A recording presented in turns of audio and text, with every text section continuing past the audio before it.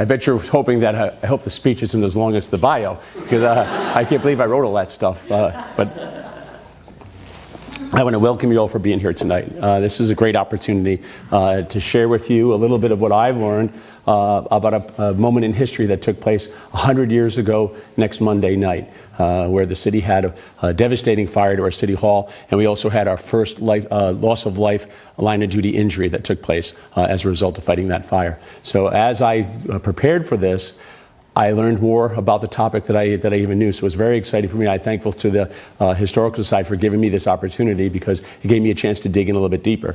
I know I'll say it again, but I'll say it now. I thank retired Deputy Chief Dave Egan for kind of being the catalyst behind a lot of what you've seen tonight. The Raise the Alarm, I know he was quite active in getting some information, some historical data, hunting through some pictures, and for this particular event, being a source of information and somebody I could call and bounce ideas against. So thank you very much, Dave. I appreciate all the help. You may get a shout out at the end as well. Yeah. So the City Hall fire, 1925. So what we're going to do is we're going to take a look back at what Newport was like back in 1925, just to kind of get a point of reference. So in 1925, the population was just about the same. We had 27,000 people then. We have about 25,000 people now. World War II was just 7 years out. So it was a town that was kind of adjusting to life after the war. It was the middle of the Roaring '20s. Now, Newport is a fun town now. Can you imagine how much fun Newport was in the Roaring '20s? We're 5 years into Prohibition, but do you think Prohibition really stopped in Newport? Newport that was well known for the running of alcohol up and down Narragansett Bay. There was a boat called the Black Duck that I reference here. If you go on Pelham Street, there's a Black Duck Inn that was once owned by a retired firefighter, named after the Black Duck boat that ran booze up and down the coast. Another point of reference is, at that time, both the Viking Hotel in 1925 and the courthouse were being built. So you can imagine what a vibrant time that was in the town. That these landmarks that we think have been iconic and here forever, this is the time when they were getting constructed here. So it was a pretty active place. You'll notice in some of the pictures, you'll see the cable car wires going across the top. Newport was very forward thinking. We had trolley cars running through, bringing people jump on, jump off. The roads were shared with cars, horses at the time, if there were a few left, delivering ice and that sort of thing. So it was a very dynamic scene in Newport back in the 20s. Politics of the day, Newport back then, the mayor of the city was Mayor Mortimer A. Sullivan. Mayor Sullivan has the distinction of serving the longest continual offices in the strong mayor form of government. He served the citizens of Newport for 12 full years. He took the position right after a very famous Newport mayor, Patrick Boyle, was in and out of office for years. He was the first Irish mayor, and while Patrick Boyle served more years as mayor, nobody served in this form of government consecutively as many years as Mortimer Sullivan. He retired just before, retired in 1935 to take a job on the Supreme Court, where he was appointed by the then Governor Theodore F. Green. So he left the office here to take that job as a Superior Court judge. We'll learn a little bit more about Mayor Sullivan as we go along. I was very thrilled to learn a little bit more during the process of researching this. I feel a connection to Mayor Sullivan because my father, Harp Donnelly, has the longest record under the present form of government, also 12 years, consecutive terms in office. So as a boy, I was very aware of Mortimer Sullivan and his contributions. I had his daughter as a school teacher, so I really, when I stumbled across the information, it only brought his family closer to me. So I was thrilled to learn all of this. So City Hall was built by Patrick Boyle in the time in 1900. This is a great shot. You're going to see this perspective on City Hall many times. This is the view of City Hall from just about the corner of Bull Street and Broadway. If you look closely enough, you can see the stairway coming out on your right-hand side onto Bull Street. Towards the left-hand side of the picture, you see the starting of what's going to be the stairwell coming out of the front of City Hall.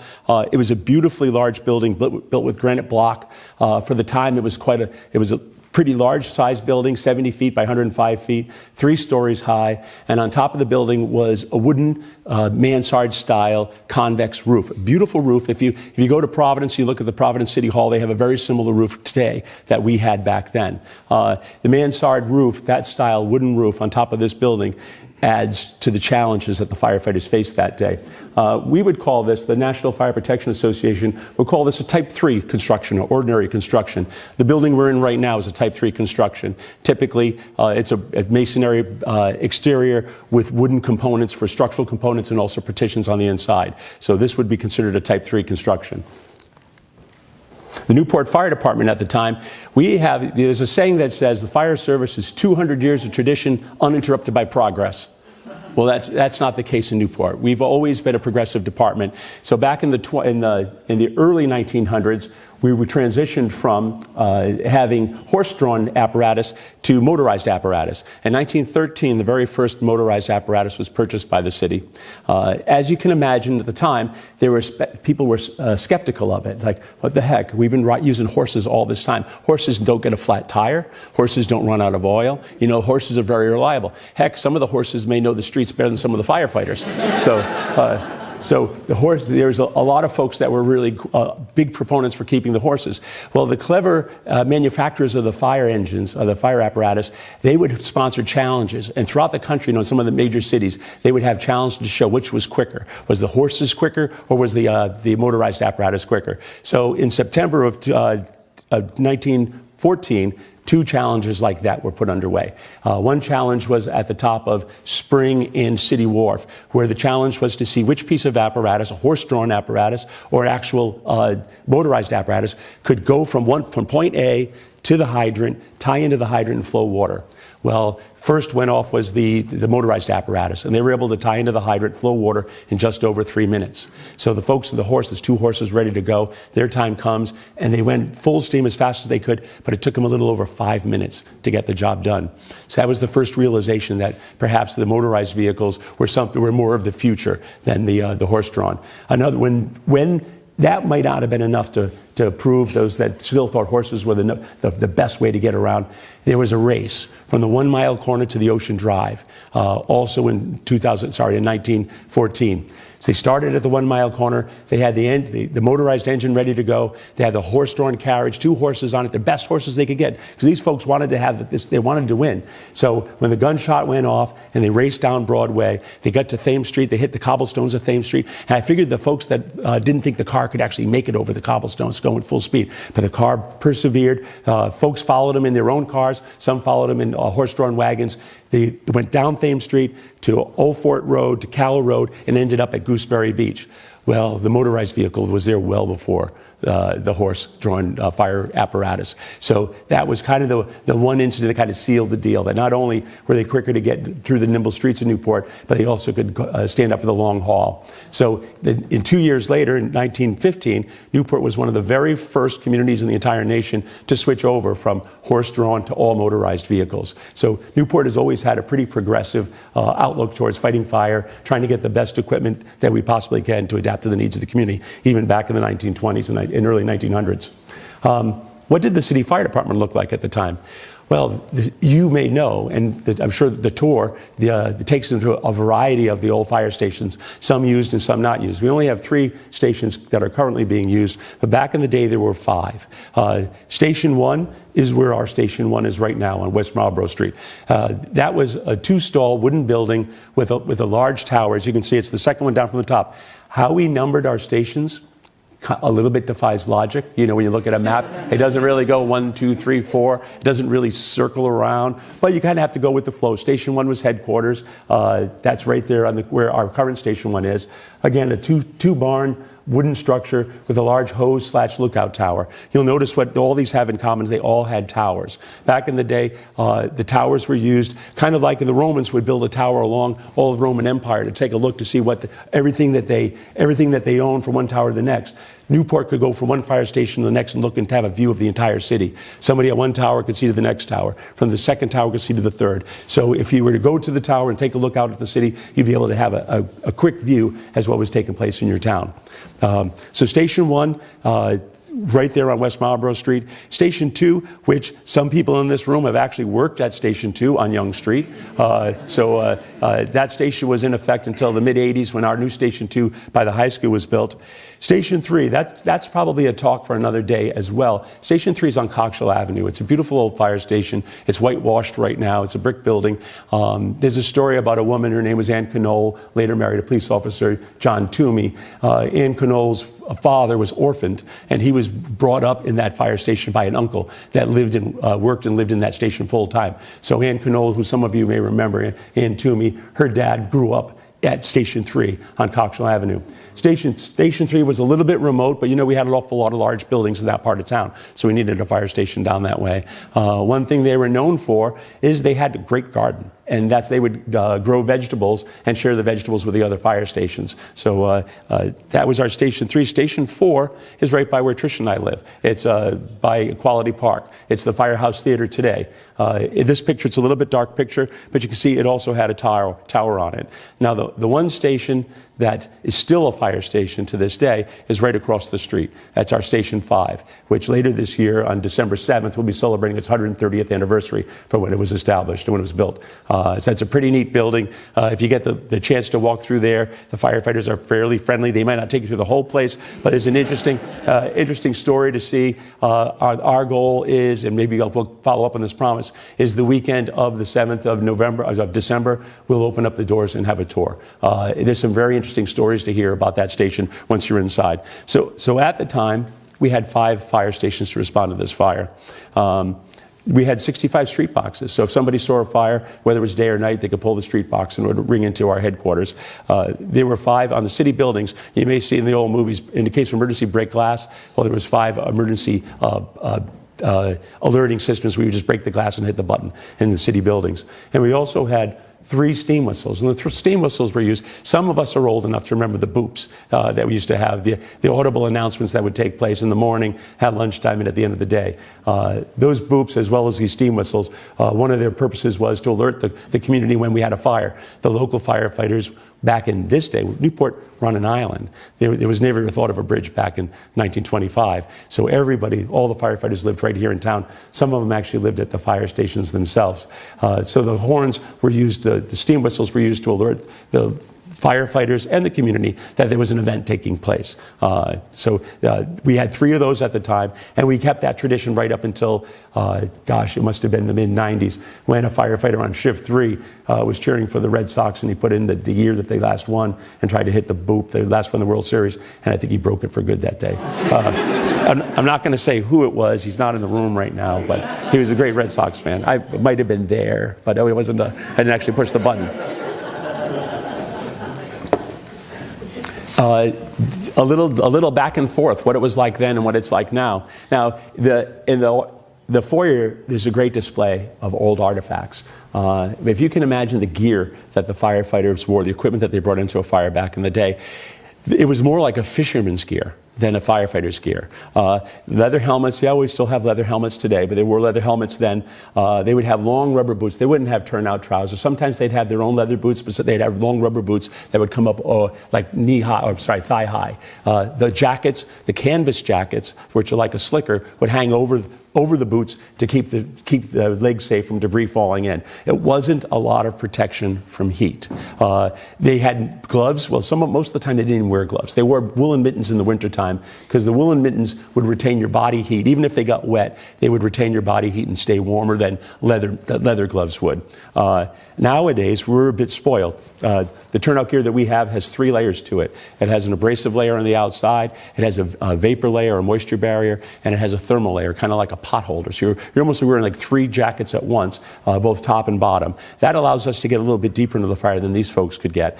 We have rubber boots and leather boots now. The tradition that's similar are the no-mix hoods that we have that go on over our SCBA masks. We bring our own air into the fire. We're going to learn a little bit about how the firefighters back in the day had to identify where the fresh air was in a fire. We bring our own air in now, and we can get a little bit deeper into the fire, closer to the fire now. So those extra accessories like the no-mix hood help to keep our firefighters safe. Back in the day, we were just talking on the way in. I think I was talking to Scotty Williams about radios. Now, today, presently, every firefighter has his own radio. That's even a little jump since I got started. When Scotty and I first started the job, the captain had a radio, and that's who spoke with the command.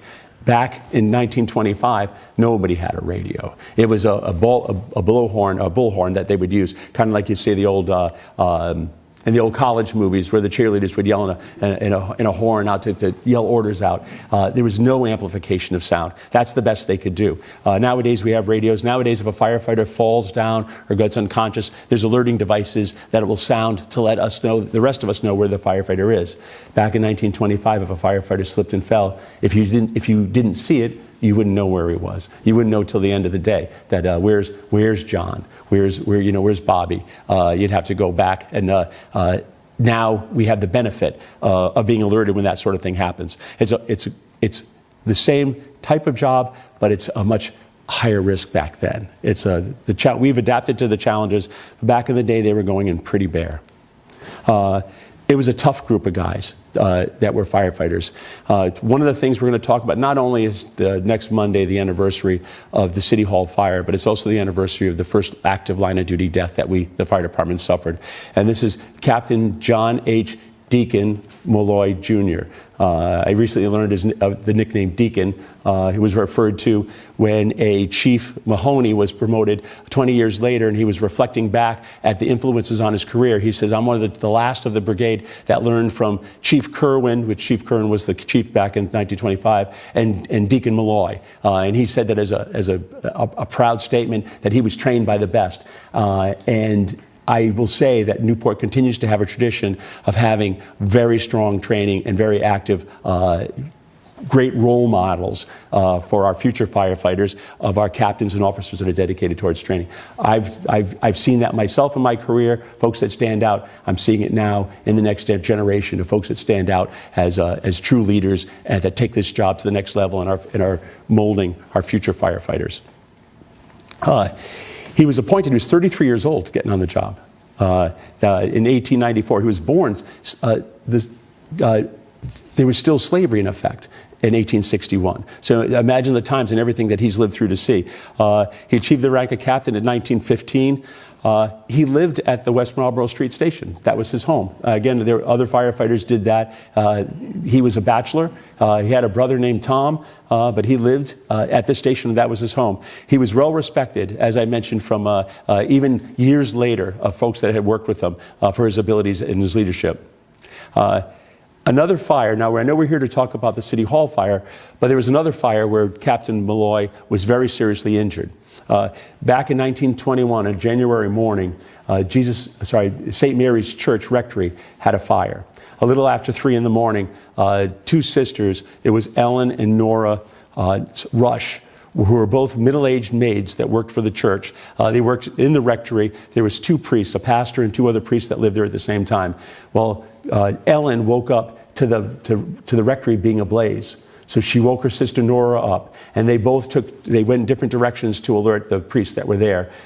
Nora went to the door on the 2nd floor closest to her. She woke one of the priests. The fire was coming up from the 1st floor to the 2nd floor. The whole house they woke up was involved. The quickest way for them to get down the stairs is both Nora and that priest slid the stair rail down right to the front door, ran out in their bedclothes. The pastor was on the 1st floor. He was alerted from the screams from the 2nd floor. He made his way out also in his bedclothes. The 3rd priest, both him and Ellen found themselves trapped in the hallway. The 3rd priest made his way out of the window, jumped from the 2nd floor out to his safety. Ellen didn't make it out. The folks that were on the outside of the building, including Nora, Ellen's sister, heard her last screams as she was overcome with the fire. During this fire, the fire team that responded, Captain Malloy was one of the crews. This fire took forever. Captain Palmer was talking about a 17-hour fire. That's a very long fire. This fire took 3 hours from the start of the fire till the last bit of water was put on the fire. On a cold January morning, a little after about 3:30, going towards 7 o'clock in the morning, fighting this fire, Captain Malloy and his crew were up on the 3rd floor. And what we're trained for as firefighters is to kind of read the building. We've been in the building for a while. This fire's been burning. What's burning? The structure's burning. Sometimes it's the contents, but sometimes it's the structure. structure. The structure gets weak. There's been a lot of water put on this. We're going to talk about the weight of water in a little bit. He sensed that the floor was about ready to give on the 3rd floor, so he called everybody out of the building. As he brought his crews down the stairs to the front door, one by one, watching his crews leave, as the last one went out, the floor under his feet gave way, and he fell into the basement where there were still burning timbers and smoke. So the crews that just walked out the door quickly grabbed one of the 2.5-inch line, folded it into a U, pushed it down the hole where 2 firefighters slid down the hose as if it was a fire hose, grabbed Captain Malloy. One grabbed him, arms around the captain. They hoisted the first firefighter out with Captain Malloy, dropped the hose again, hauled the second firefighter out. Captain Malloy and Nora Rush were both brought to the hospital where they were treated for their injuries. Captain Malloy was later diagnosed with a fractured skull and smoke inhalation as a result of this injury. And this was 4 years prior. Is that where we go? 4 years prior to the event that we're going to hear about at City Hall. So it's a dangerous life. It's a dangerous work, even perhaps more dangerous for these folks that were going in with a lot of less protection than what we have now. So here's where I bored poor Trish last night. I said, this is the slide where I take one slide and I give you 4 years of fire science, a bachelor's degree program out of Providence College. It's all going to happen in one slide. It's not going to take 4 years to get through, but I'm going to point out, I was going on, maybe I am now too, but I was going on last night. She says, you got to wrap this up. So here's the... Yeah. So if we get out of here before 9 o'clock tonight, you have Trish to thank for this. So it is a battle, right? If it was as simple as putting a campfire out, they would call us fire extinguishers. But it's firefighting. And part of is there anybody here that was military? But that makes it a little bit easier. So if folks that are on you know, Scotty, in the Coast Guard, you're all trained as firefighters, right? The ship is all compartmentalized. There's different challenge for fighting a fire inside a box, and a box can be a container, it can be a room, it can be a building, it can be City Hall. Fighting a fire inside a container has its own science. I won't get any further on that, Trish. Take away from this slide. Water weighs a lot. 1 gallon of water weighs 8.34 pounds. We put a lot of water on fire. That's a lot of extra weight that goes onto a building that's already compromised. The fire triangle, we all as kids, we learned about the fire triangle. You need fuel, you need oxygen, you need heat. Well, sometimes the fuel in a box, in a structure, could be a room, and it could just be the contents. Those fires, a room and content fire, man, those are almost kind of fun to fight because they haven't got into the walls yet. Everything's right in front of you. You get in, you knock it down, you make sure it isn't extended. It's a pretty quick job, and it's almost gratifying to be able to put it out so quickly. A more dangerous fire is a fire that takes place inside the compartments of a structure that you can't see, where the fire is pushed from one compartment to the next and it's out of sight. So the takeaway here is water weighs a lot. The fire triangle, you need heat, you need fuel, you need oxygen. Sometimes the fuel may be contents of a room. Sometimes the fuel is the structure itself. There's different phases of a fire. So if you think of a campfire, even though they're easy to put out, campfire starts out, you light a little flame. We would call that the beginning stage or the incipient state of a fire. It has everything it needs to grow into a large fire, but just to have a lot of heat yet. All the fuel it needs is there. All the oxygen is there. As it gets going, it grows and it goes into a full growth fire. And then it has everything it needs. There's plenty of oxygen, there's plenty of fuel, and that's where you see that beautiful roaring fire. It's great to watch. It kind of feeds itself. It will burn itself out because the fuel will go away. So it'll start to decay. When a fire runs out of fuel, runs out of oxygen, or gets doused with water, gets cooled off, we use water more often than not to cool off a fire, it goes into decay. When a fire goes into decay, it gets close to being extinguished. But things can change. If you open up a void, if the fire's in the wall and it's going to decay because it doesn't have enough oxygen, and you open a wall up, you've given just what it needs to grow and extend. If what's burning is the fuel, is the structure is getting weaker the more the fire is going along. So where you're working, your environment that you're working in, the 6 areas around you, the front, the back, the sides, the top, and the bottom, could all be compromised as you're inside this fire. So takeaway: water weighs a lot. Fire moves in a predictable way. The picture above that shows the room and contents.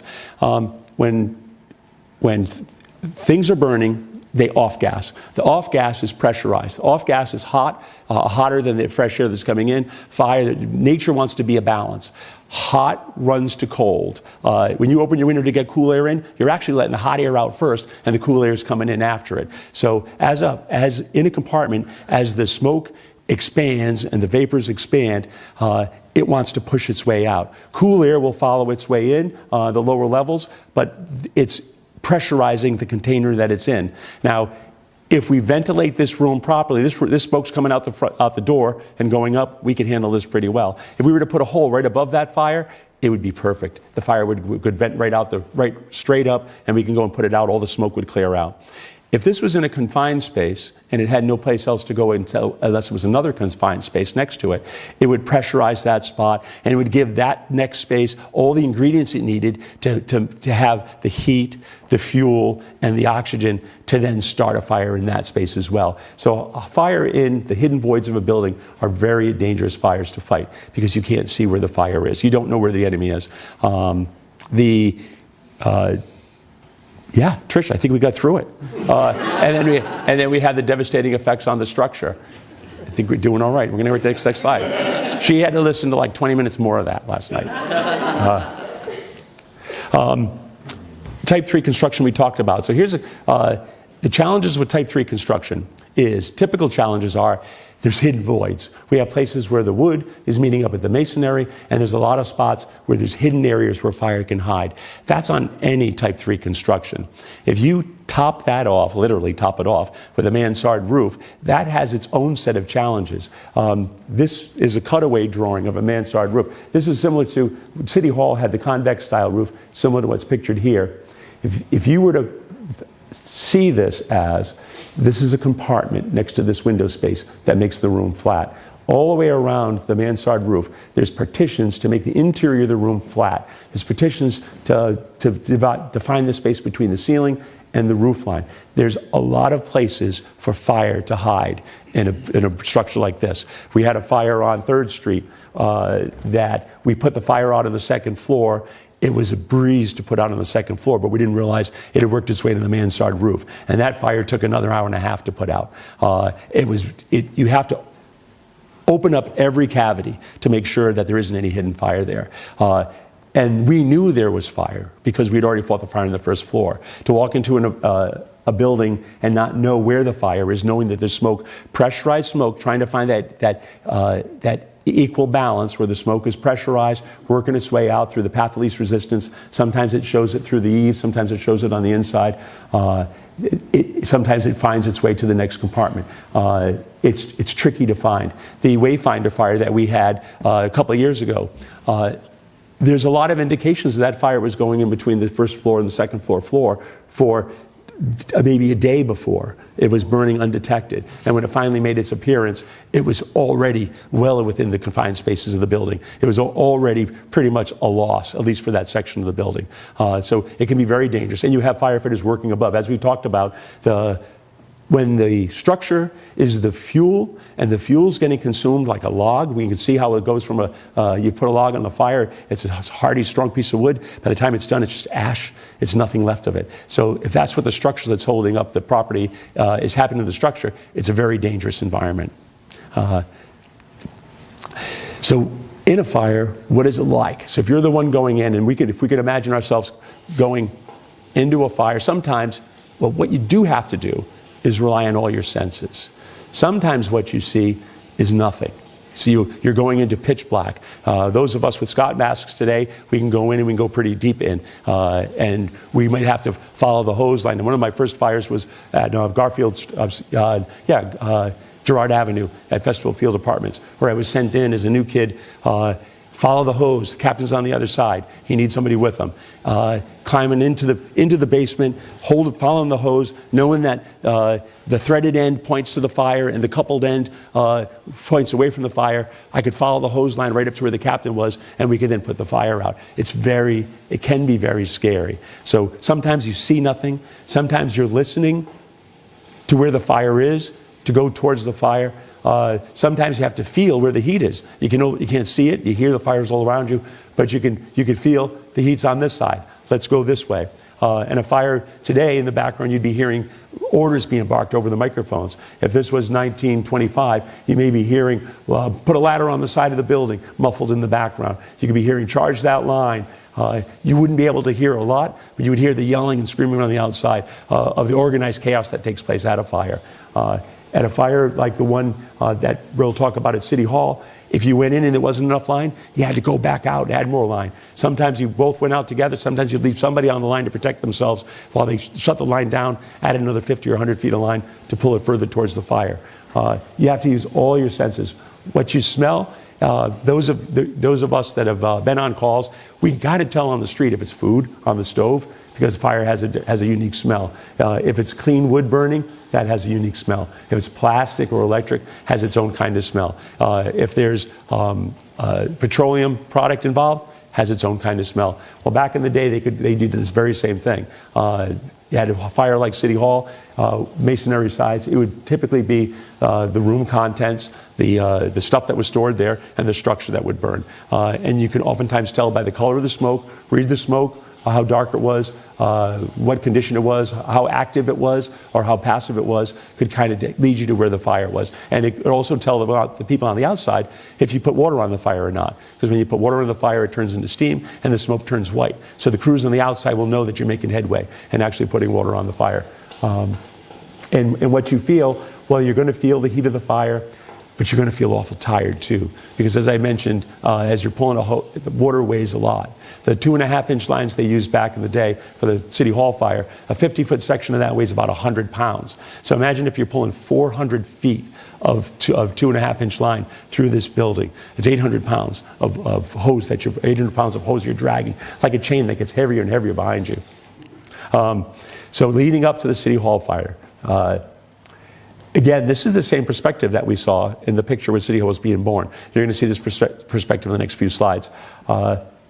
It was the third fire at City Hall in the past 6 weeks. There was a fire there the day before. It was a small fire the day before. It wasn't much, didn't even really get much notice in the logbook. The fire 6 weeks prior, interesting and also a sign of the times. Now, 1925, what they had just gone through in 1919 was the Spanish flu. Similar to us, we went through the COVID pandemic. They went through the Spanish flu. So at the time, City Hall had a health board, was part of their departments. So the fire 6 weeks earlier was in a bacteria cabinet in the health board. I found that an interesting sign of the times then. That was on the first floor. They put it out. It wasn't suspicious at all. The weather the night of the 100 years ago, next Monday night, it was a typical spring day. The temperatures were 45 degrees during the day, got down to 28 degrees that night. It was a little bit of sleet, a little bit of rain. It wasn't a very pleasant night to be out fighting a fire. The fire was called in by a patrolman, William Butler, who was out on the street a little bit past 3 in the morning, 3:35. He called it in and alerted all the stations. First to respond, oops, sorry about this. First to respond was, I mentioned that the chief was Chief Kerwin at the time, but Acting Chief Lawton showed up at the scene. And as he arrived at the scene, he could see the conditions were such that he called initially for a second alarm. As crews were working, it eventually went to a general alarm fire where 93 firefighters were working at the scene. There were 3 pumps working 3 different hydrants that were close by, 2 combination trucks, 2 aerial trucks. Oh, it says 92 fires. And when you think, again, the weight of the hose, there was 6,650 feet of hose used on this fire. That hose was draped around the building, in the building, and added to the fire load, or the fire load inside the building. Very scary event. Chief Lawton, Acting Chief Lawton at the time said when he arrived at the scene, it appeared as if the fire was in every partition of the building. He could see the smoke, but he couldn't see the fire. So there's just the situation that we described earlier, from the fire pushing itself from one compartment to the next, to the next, to the next, that had already taken place here. So the crews were going up into a well-involved fire that they couldn't see. Again, the mansard roof led, all those hidden compartments and voids led to the rapid spread of the fire through each of the compartments of the mansard roof, eventually eating up the structure itself. The height of the building was a challenge because we didn't have a ladder truck tall enough at the time. We didn't have ladders tall enough to reach the roof at the time. We would have to hit it from the outside using a master stream. The weight of the water, I keep saying that, the weight of the water that causes the fatigue on the firefighters, that causes the water that's put on the structure itself, saturating the floors that are already weakened from the fire burning around them and under them. The scissor stairwells, you're going to see a picture in a moment of a fire well in a stairway. There's an area built in every stairway where we're supposed to hoist the hose through. It works out pretty good when you're talking about it. It works out pretty good in a drill. But when you're fighting a fire, you're going to take that nozzle with you and you're going to scissor it up and down the stairs. The 3 flights of stairs in this building was a challenge for this structure. The firefighter fatigue, by the time you've pulled all that line up to the 2nd floor to fight the fire, and then you have to find the fire. And then back then, if you couldn't see it, you had to look for the telltale signs. You would have to look for blistering paint on a wall, smoke puffing from a corner, active smoke puffing, because smoke may be just weeping out because it's trying to find that balance that we talked about. But if you see active smoke puffing out, that could be an indicator that the fire's on the other side. You could see the paint starting to peel. You could sense the floors getting weak. You could hear it around you, but maybe not be able to find it. But you had to be ready, because as I mentioned, that this fire may be in a state of decay because it's lacking the oxygen. But once you start opening up the walls to try to find the fire, it's going to open up and give it all the oxygen it needs to start growing again, and been in that growth stage in the area where you're working. As the fire went on, and the fatigue of the firefighters took place, it became quite a challenge. I realize now there was a bit of the previous slide that I skipped over. Mayor Sullivan's role in this fire. So Mayor Sullivan was one of the first to show up. The alarm went out, and he went to this fire right with arriving crews. Mayor Sullivan in the Springfield, Massachusetts daily newspaper called The Republican, well, he was identified as the hero of the City Hall fire. He was the hero of the fire because he mustered up firefighters and he went right to the vital offices where records were kept. Now, when we're trained as a firefighter, when we talk about, hey, what do you do if there's a fire at a sawmill? What do you do? And they would say, hey, we're going to go put the fire out. But we were trained, you go to the office first, because that's where all the records are kept. If the records are lost, then the business can't be a business anymore. Well, Mayor Sullivan was smart enough to know that the vital records were kept on the 1st and 2nd floor of City Hall. So he mustered the crews to go, and he grabbed several firefighters, and they worked tirelessly. He didn't have a coat, he didn't have a hat. He labored pulling the records from the inside outside without any regard of his own safety. He just knew that it was vital for the business of the city to take place to have these records in place. So again, the Springfield, Massachusetts newspaper, the Daily Republican, identified him as the hero of the City Hall fire. I apologize for skipping over that, because that was an interesting bit of information that I found during the search that I didn't know about, that made me feel very proud. Wrong way again, there we go. So yes, the type of construction was a definite factor in how this fire progressed and the effects it had on it. You can see the beautiful cupola that was originally put over the balcony where the mayor's office is now. That cupola was a wooden cupola standing proud over the city hall, collapsed right through the roof into, you imagine City Hall, first floor is offices, there's a middle aisle, offices on either side. Second hall is shaped like a U because we have the council chambers. The 3rd floor is shaped like the same U. So when this tower crashed through the roof line, it crashed right from the roof past the 3rd floor into the 2nd floor. By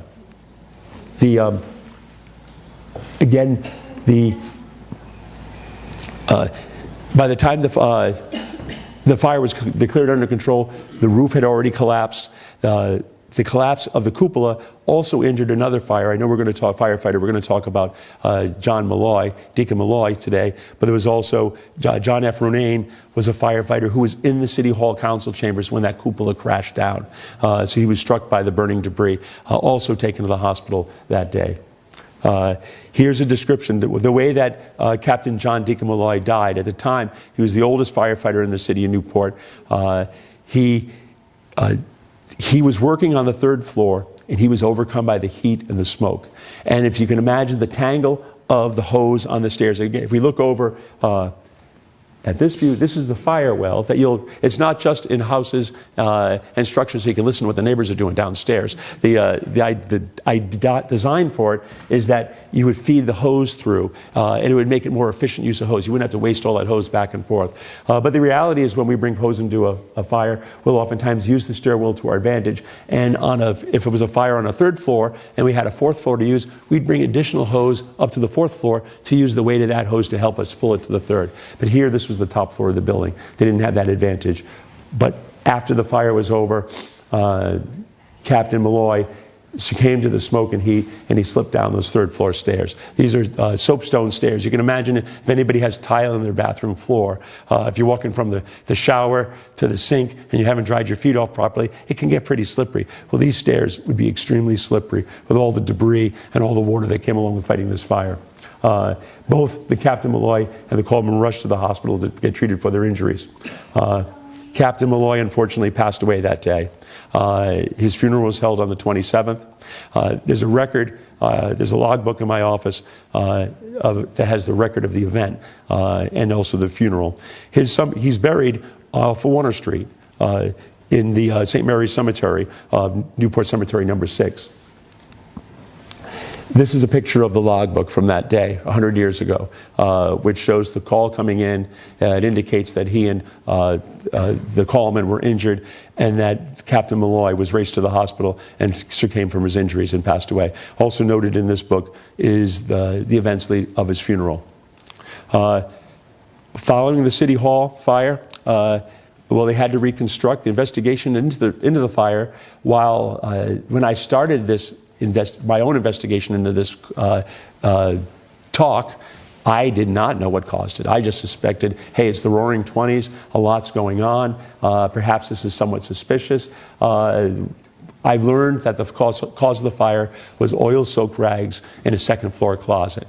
Now, oil-soaked rags, it could be accidental, or it could be intentional. Oil-soaked rags, we just had an oil-soaked rag fire a couple of weeks ago at the new Gardner Hotel in the kitchen. There are oil-soaked rags in one of the hampers in the kitchen where they spontaneous combust because of it's heat from the chemical reaction of the rag soaked together. When you learn about in firefighting, linseed oil, which they used to use to clean gutters, is notorious for self-igniting. But the cause of this was determined to be oil-soaked rags in a 2nd floor closet. Probably went up through those hidden spaces and surrounded the entire 3rd floor. Most of City Hall remained the same. City Hall does have a 3rd floor, but they built it back as a masonry structure. City Hall, they did replace a tower with a cupola, but as you can see here, it's set back a little bit. This one has a beautiful gold leaf dome on it. It's reminiscent of how it looked, but it's a little less ornate, but it's a little bit safer. Since the fire, some changes had been made. Immediately following the fire, Mayor Sullivan and the aldermen required that every city-owned property get inspected each night between 10 and midnight, just to ensure that there wasn't a fire taking place. It was like our own fire watch. So each city-owned building, firefighters would go, check it, make sure it was secure, and make sure there wasn't any signs of fire. Shortly thereafter, they decided that the old fire station with the 2 barns and the hose tower wasn't quite enough, and they built the present-day headquarters. In 1931, they started building. They completed it in 1932. In 1938, there was 2.5 feet of water in the building because it's built in a flood zone, and the hurricane of 38 came through. As you can see then, the fire apparatus was a lot smaller. You may notice, those of you who looked in the hallway, the basket for folks to jump into, which is displayed on the hallway, is also displayed on that fire apparatus right there. As with the 1929, the stock market fails. Prohibition ended in Newport, or ended all over in 1933, and Mayor Sullivan passed away shortly after resigning. Funny, ironic. I mentioned he was appointed as a judge to Superior Court. He was a judge this whole time that he was in office in Newport. He had worked hard to get a pension, full pension for all judges in the state of Rhode Island. He worked and that got passed because they worked very hard, but he never earned it himself because he died before he had a chance to collect his pension.